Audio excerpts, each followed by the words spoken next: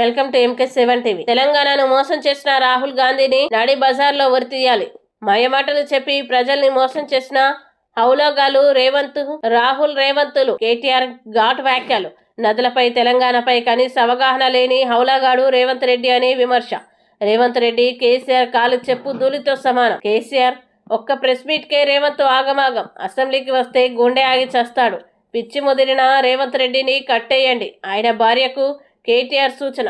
తెలంగాణ తెచ్చిన మొనగాడు కేసీఆర్. నా తండ్రి అని చెప్పుకోవడానికి గర్విస్తున్నాను. బీఆర్ఎస్ వర్కింగ్ ప్రెసిడెంట్ కేటీఆర్ ముఖ్యమంత్రి రేవంత్ రెడ్డిపై మరోసారి తీవ్ర స్థాయిలో విరుచుకుపడ్డారు. జనగామ పట్టణంలో బ్రహ్మరాంబ కన్వెన్షన్ హాల్లో నూతనంగా ఎన్నికైన సర్పంచులు, ఉప సర్పంచులు, వార్డు సభ్యుల అభినందన సభ ఘనంగా నిర్వహించారు.